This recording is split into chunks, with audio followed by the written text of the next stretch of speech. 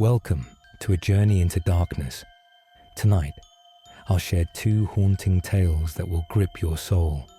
First, The Cabin in the Endless Forest, a story of love, loss, and a promise that defied death. Dim the lights, and let's begin. This story is about Ellie and Jack, a young couple who had been married for only 6 months. Jack loved nature, and Ellie loved Jack more than anything. When Jack suggested a weekend trip to a remote cabin he'd found online, Ellie agreed. She wasn't fond of forests. They made her feel small, insignificant, but she'd do anything to see that smile on his face.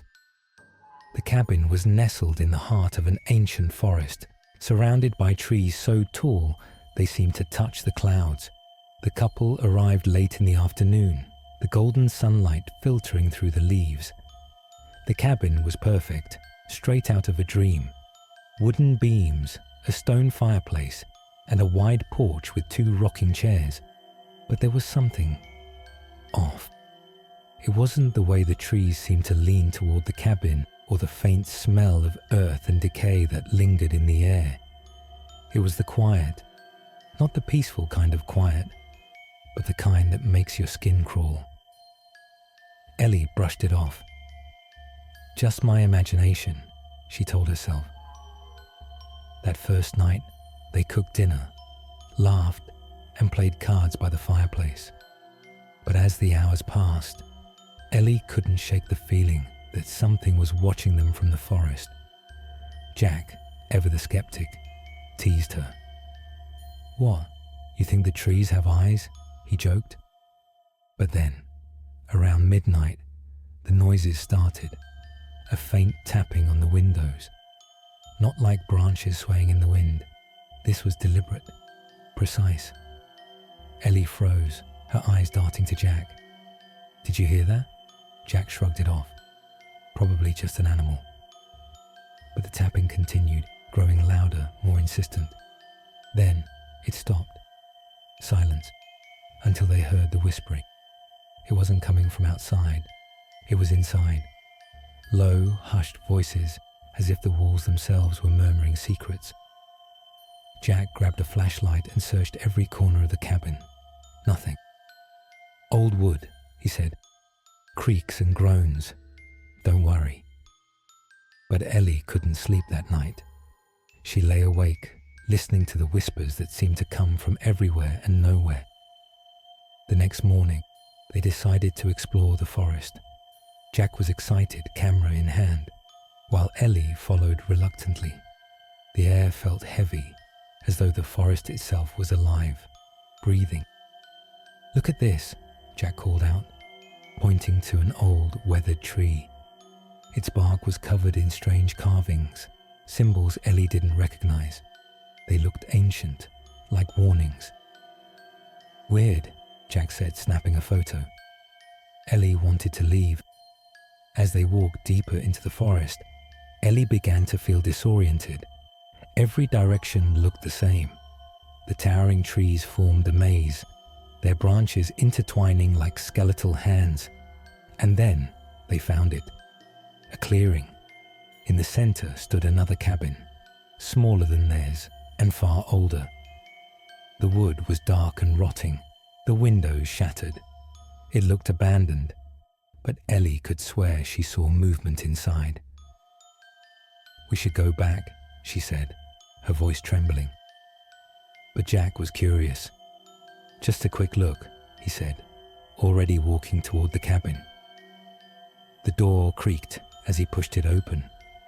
Inside, the air was cold, far colder than it should have been. Dust floated in the beams of light that filtered through the broken windows. The walls were covered in more of those strange symbols, etched deep into the wood.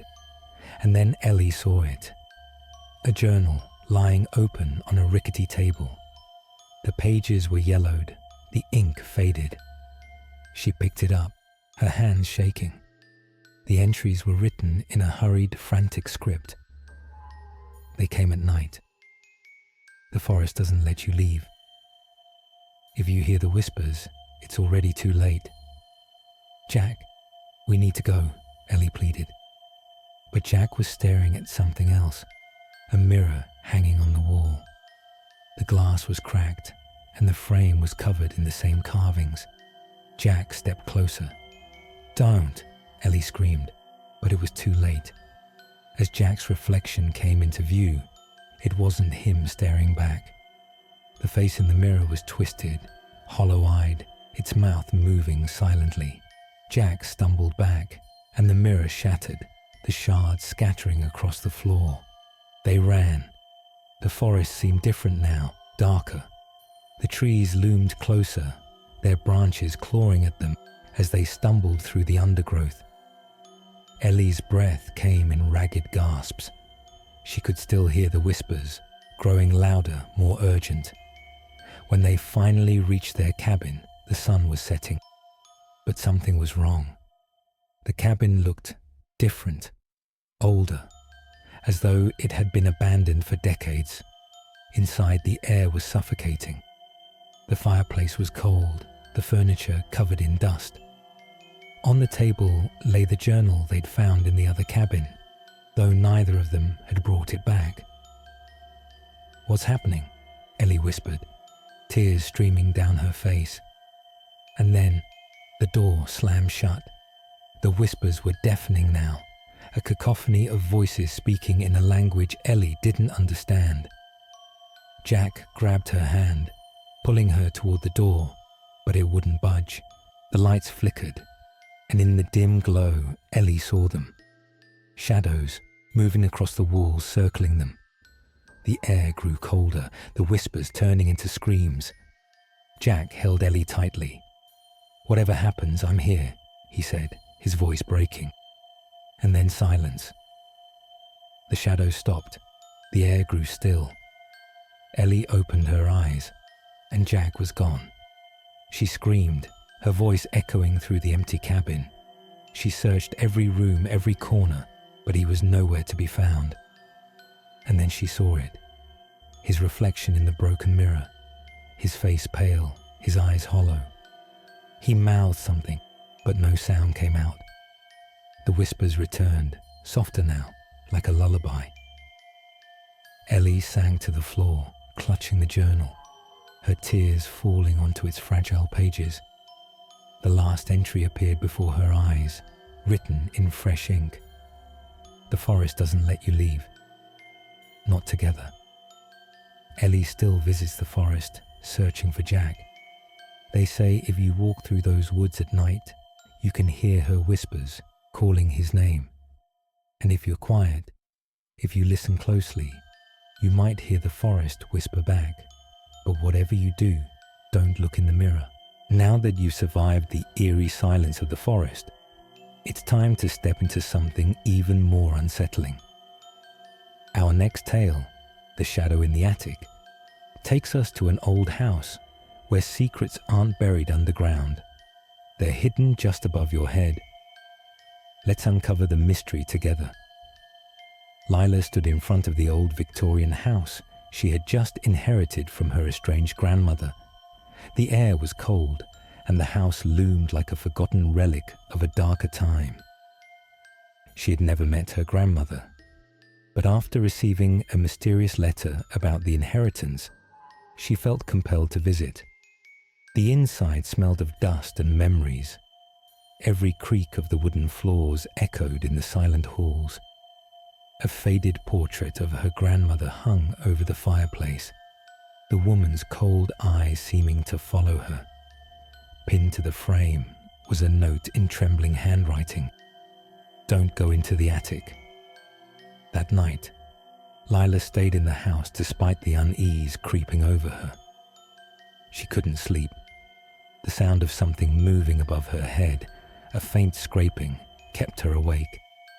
She told herself it was just rats or the wind, but the noise grew louder. It wasn't random, it was deliberate. It sounded like footsteps. Lila finally lit a candle and ventured up the staircase, the flickering light casting long, dancing shadows on the walls. She reached the door to the attic. It was locked, but a key hung on a nail nearby, as if waiting for her. With shaking hands, she unlocked the door. The smell of rot hit her as she stepped inside. The attic was cluttered with old furniture and trunks, but what caught her attention was a large, antique mirror covered with a white sheet. A strange draft made the sheet flutter, almost as if inviting her to uncover it. Against her better judgment, Lila pulled the sheet away. The mirror was cracked, and its surface seemed to ripple, like water disturbed by a stone. As she stared at her reflection, she noticed something horrifying. Her reflection wasn't moving. Lila's breath caught in her throat as her reflection slowly tilted its head, even though she hadn't moved. Its eyes darkened, filling with shadows. Then it smiled, a wide, unnatural grin. A voice echoed from the mirror, low and distorted. "You shouldn't be here." Panicked, Lila stumbled back, but her reflection didn't follow. Instead, it pressed its hands against the glass as if trying to break free. The attic filled with whispers rising in intensity. One word repeated over and over: "Help." Lila turned and tripped over a dusty trunk. Inside, she found a leather-bound diary. It belonged to her grandmother. Flipping through its pages, she found entries that grew more erratic. "The mirror is cursed. It shows your soul's darkness. It steals a piece of you every time you look into it. I should have destroyed it, but I was too afraid. Now it's too late." The final entry read, "The mirror demands a replacement. If you're reading this, it's already chosen you." Lila felt a cold hand on her shoulder and spun around. Her reflection had stepped out of the mirror, its shadowy form twisting unnaturally. It whispered in her ear, "Your turn." Lila screamed and ran, slamming the attic door behind her. But the whispers followed her through the house. The shadows stretched and warped, clawing at her as she fled. She reached the front door and yanked it open. But the moment she stepped outside, she froze. She was back in the attic. Lila turned slowly toward the mirror. Her reflection was back, standing calmly. But now it was her, completely her. She looked down at her own hands and realized they were fading, turning into smoke. The reflection smiled and whispered, "Thank you." It stepped away from the glass and walked out of the attic, leaving Lila trapped inside the mirror. Weeks later, the house was sold to another unsuspecting visitor. The first night, they heard whispers coming from the attic and found a mirror covered with a white sheet. As they reached out to uncover it, a faint voice echoed from inside the glass. "Don't do it.